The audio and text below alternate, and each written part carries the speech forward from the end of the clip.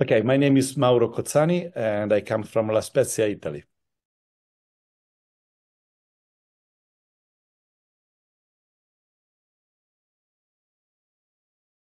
Oh, that is a very long story. Just to make a long story short, my father was an orthodontist, and I was going to his office, and I somehow get pledged by what he was doing, and I really enjoyed it. So I still like it, what I was fell in love when I was like a teenager, or probably a little bit earlier. My life. It's as I told you, when you're doing a job that you like, you don't work one single day in your life. So that is at the beginning, I was a little bit surprised that people had to pay me to do what I like it. So, but then I I really appreciate the fact that they were paying. And no, it's fantastic because you have to deal with people that are not sick. First of all, we are treating with healthy patients, with the young guys, and sometimes very young guys, and that is something that I really like because my mind is still 7 year old, and so I love to play with them and I love to treat them, and it's for me really is a passion. It's not a work.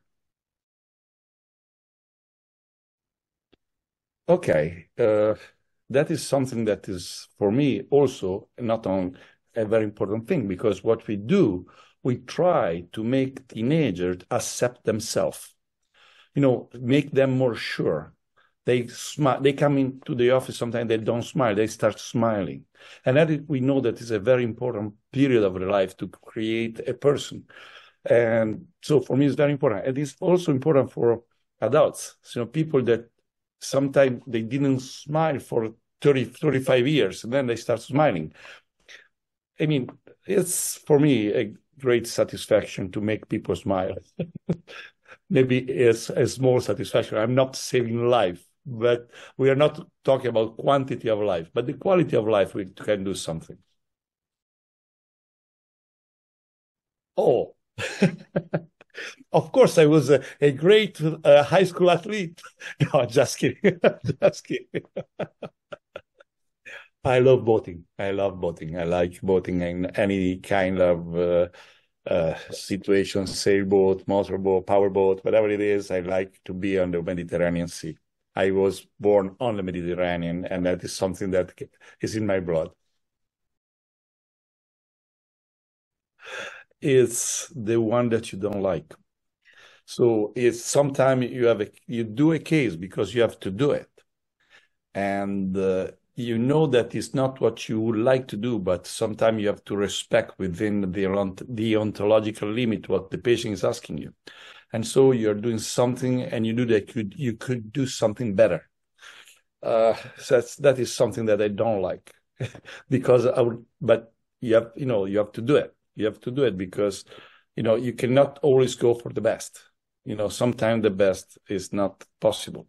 So you do what you think it can help your patients, and you do it, but you are not happy. Aligners, self-ligating mini screws, and that is something that changed my profession. Now, of course, we're going to go for 3D and 3D printing and artificial intelligence. But I don't know what is going to happen in the next 5 years. Probably will be more artificial intelligence, and I hope more biology. I'm crossing my finger.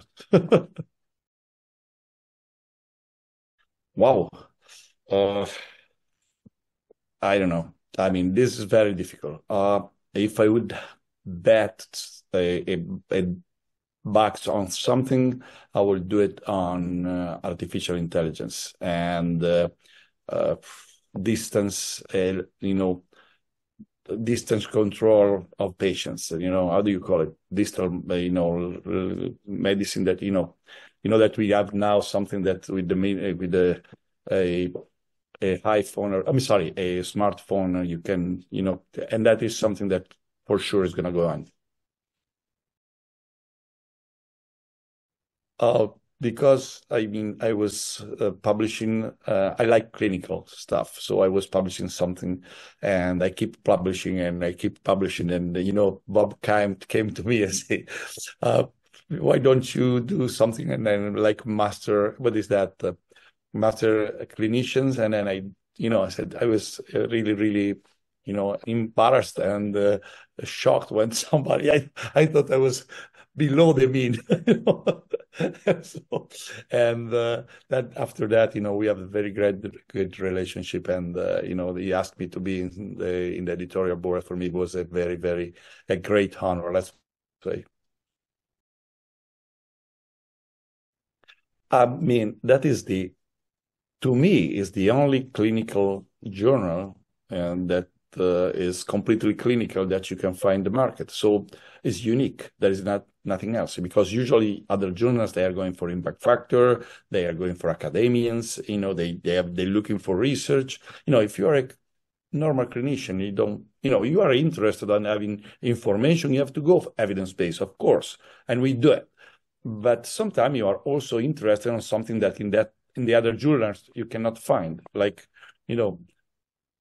how do you do this? What is the best way of distalizing molars? I I have found a new way of doing something, and that is something that clinical people like, and I don't think you can find so many information in other journals, just not because they are bad, but just because they are looking for impact factor, they are looking for research, they are looking for academians, and they cannot publish a case report. If you can publish a case report, your impact factor goes down. But we do need also case reports or something like that.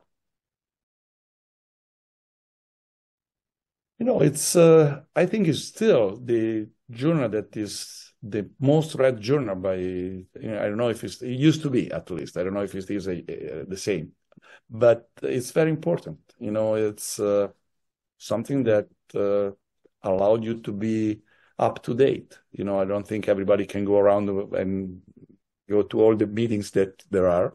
So if you want to see something that is happening, something new, something that keeps you up to date, that is probably the best way of doing it. As I told you before, or maybe I don't know if I told you before, I was born in the last century.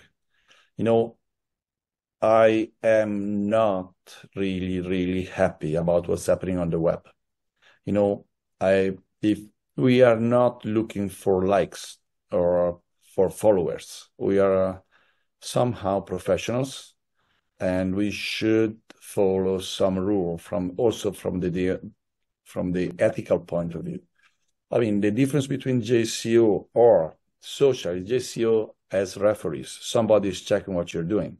And if something is completely out, it doesn't allow you to publish. If you publish in the social media, you publish everything you want and everything you think is important. There is no peer review. That means that you are God. You do whatever you like.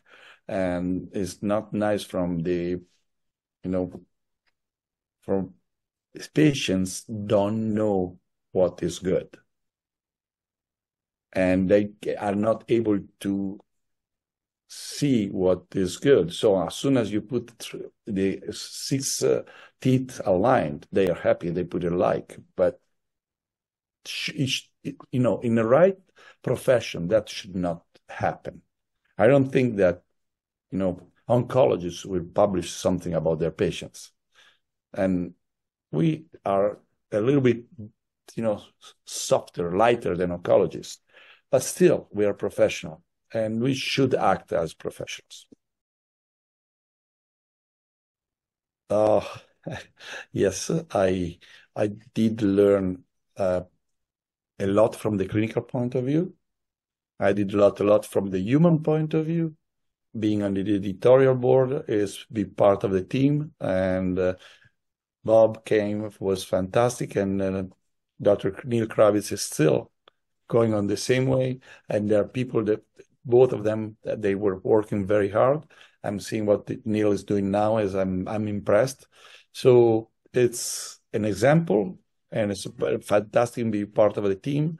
And for sure, there's a lot to learn from the clinical point of view. Okay, we are not perfect. We make mistakes too. That is something that we have to know. But at least we do it, trying not to do it. Because there is no other way to get this type of information if you're a clinician. I mean, very easy and simple. Almost everything. I should have started now again. I mean, I made a lot of mistakes. I mean, there is nothing to say about it. I made a lot of mistakes. I could have done much better for the patients, for my life, for sure. And you learn, in life, see, you learn from in the hard way. And we made mistakes. I made mistakes. I made a lot of mistakes. So experience is something that is very important. Unfortunately, you cannot use it when you are 20. But if I have to tell something to an orthodontist that has a quite busy practice, try to respect the people that work with you, whether they are colleagues or and try to make a team. That is, for me, the most important stuff. If you work in a very, very relaxed environment, you do well. If you have to think or to fight with somebody, it's not the best way of working. So try to make a team. I don't say become a friend, because you're not a friend of your employees, but try to have respect from them and use your authority you're not a dictator. They have to do something because they trust you and they somehow respect you. Yes. You are getting in the best profession in the world. Try to maintain it that way. No, don't sell your mind or your soul to somebody that is paying for it.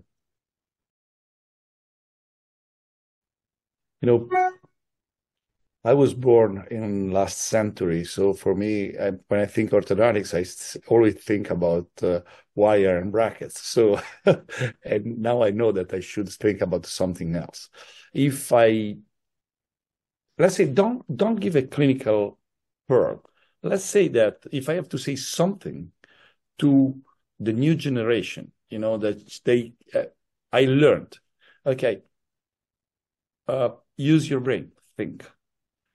All the company try to make you not think. You do this, everything works. You should think. And the most difficult thing to do is thinking. Every single patient thinking of what is going on and try to do what that single patient needs. Also at 5:00 in the afternoon, Friday. That is for me the most difficult thing. So if I have to tell young guys what to do, think, use your brain.